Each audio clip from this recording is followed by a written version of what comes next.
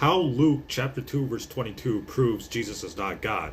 If you read Luke chapter 2 verse 22, it says Mary and Joseph took Jesus to Jerusalem, the Jerusalem temple, to present him to the Lord. Now my question is, if Jesus is God, why are his parents presenting him in front of the Lord?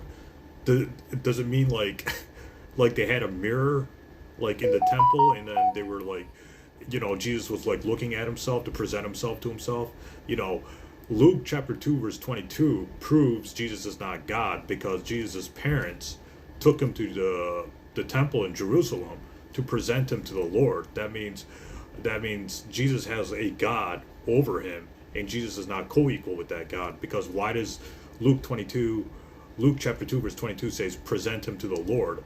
That means Jesus is not co-equal or the same as God or the Lord, and that's why his parents are, Mary and Joseph, are presenting him to the Lord.